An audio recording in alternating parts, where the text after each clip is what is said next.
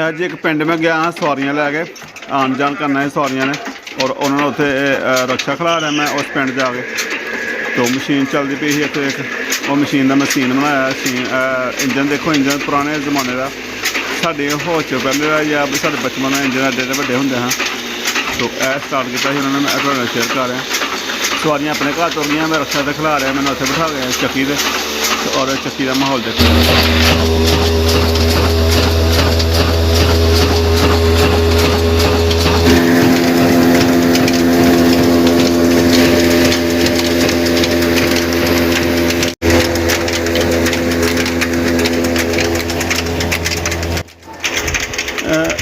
सवारियां ने अपने घर घड़ी बह के आना ही मैं उन्होंने इंतजार करता पाया मैं चलो चक्की चली हुई है मशीन चली हुई है भैन भरावां ने शेयर करने तो यह भाई घर है जी दाने साफ करने वाली मशीन है जिन्होंने असीं घर किसी टाइम धोने कनक धो के साफ करने तो बाद दफा उत्थे जाके मशीनों से जाके भी साफ किए जाते हैं तो वह कर रहे हैं बंदे जनाब।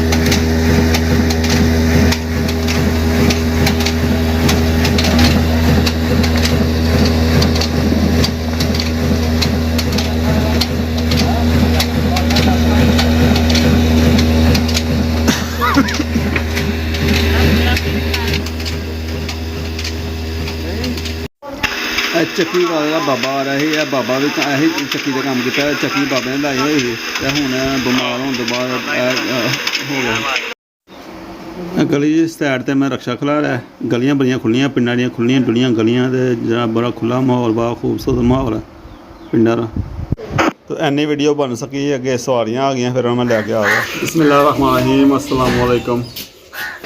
उम्मीद करना भैन भाई मेरे जे देखने वाले सारे ठीक होंगे अल्लाह पाक सारे खुश रखे सारियां मुरादां अल्लाह पाक पूरियां करे। 3-4 दिन बाद वीडियो लगा मैं बनान 2 वीडियो मैं पहले बनाई हाँ अच्छियां गई मेरिया माशाल्लाह चलो पहले व्यू नाल ठीक व्यू हाँ पहले ना अच्छे व्यू होए ने रेसिपी वगैरह दे नाल भाई दी और डेली रूटीन अपनी दसी है यही दसी दी 3-4 दिन हो गया मैं दस नहीं सकिया पहले 2 दिन मैं काम से रहा रक्षा वगैरह चलाया रक्षा मैं 2 दिन पहले की गल है रक्षा में लै गया बाजार सामने साढ़े मेला शुरू होया साढ़े इलाके का ना बड़ा मशहूर मेला है मैं मुंडे को कह रहा जामन बना रहा वीडियो रिकॉर्ड कर रहा है मैं कह रहा कि मैं ना थोड़ा बंद करके ना कदें उधर होना कदें उधर होना पासा मारना मैं बैठा नहीं जाता थोड़ा ना गल इस तरह कि साढ़े मेला शुरू होया ही बड़ा भाई बड़ा भाई है बहुत बड़ा मेला होंदा ओहदा इन्ना क रश होंदा है बहुत ज़्यादा रश है रश बहुत ज़्यादा दुनिया अन्ने वाह आन डी है जान डी है तोबा मैंने भी सवारी मिलती ही उधर रोड बड़ा टुटा होया इन्ना क रोड टुटा सवारी मैंने मिलती मैं सवारी लैके नहीं गया मैं नहीं यार उधर नहीं जाना है तो रश की वजह तो मैं नहीं वैसे गया मैं जो चीज़ डरदा हाँ वो चीज़ मैंने आया हो गई मोटरसाइकिल मेरे आके मारा किसी ने तो मारे भी गलत आ रहा है अपने ਗਲਤ ਰੂਟ ਤੋਂ ਆ ਰਿਹਾ, ਮੈਂ ਆਪਣੀ ਸਾਈਡ ਤੋਂ ਜਾ ਰਿਹਾ, ਉਹ ਮੇਰੀ ਸਾਈਡ ਤੋਂ ਸਾਹਮਣੇ ਆ ਰਿਹਾ।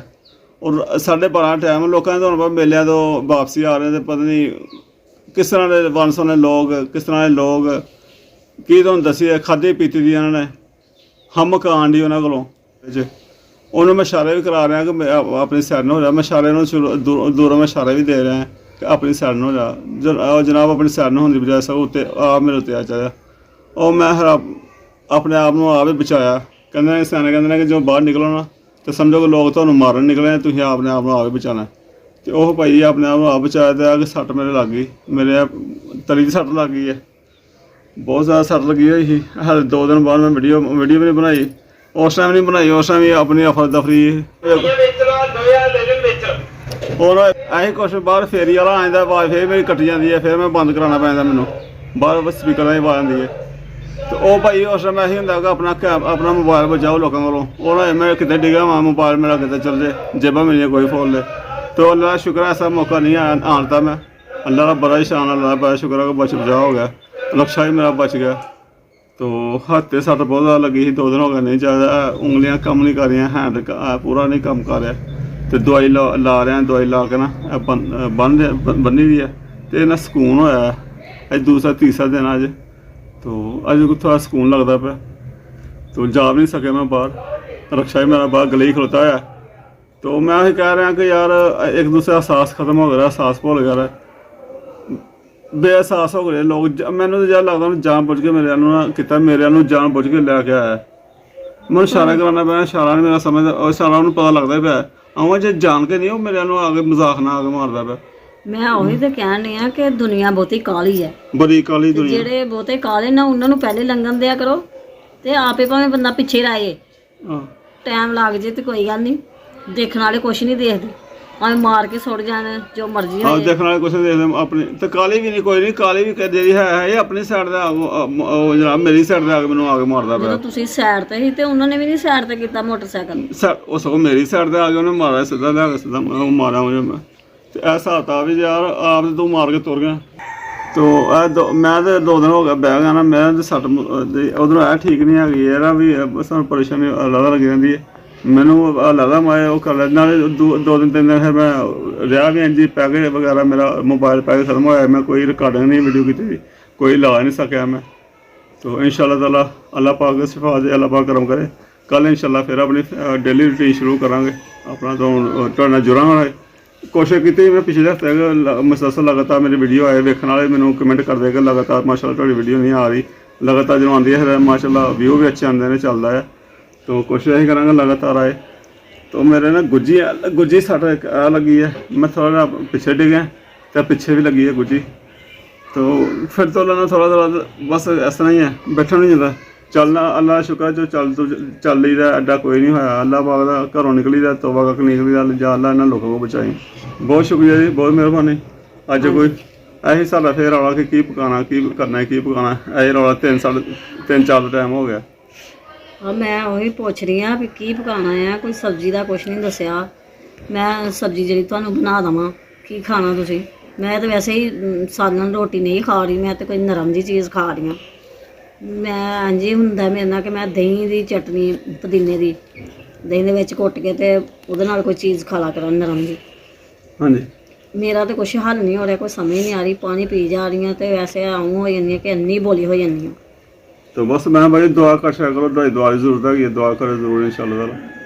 तो जिस व्लॉग मेरा ना लगे तो अं आप परेशान आ यार, उन्हें परेशान होने कि यार व्लॉग नहीं अज आया, व्लॉग नहीं लगा।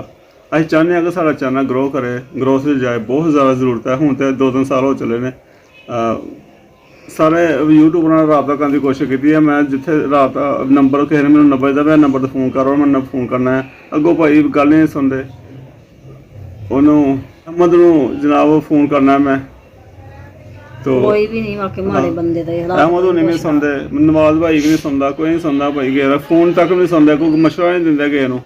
तो यह हिसाब का होगा इंशाअल्लाह ताला। अपने कर रहे हैं मेहनत, अल्लाह पाक ने जदों सानूं अरूज देना, अल्लाह पाक ने जदों इज्जत देनी है, अल्लाह पाक देने वाला है। बंदा तो कुछ नहीं दे सकता, बंदा बस किसी लिए यही दुआ कर सकता या किसी हेल्प कर ले, अल्लाह पाक वसीला के बना दे। तो ठीक है जी बहन भाइयों, सानूं इजाज़त दिओ, अल्लाह हाफिज़। अल्लाह हाफिज़।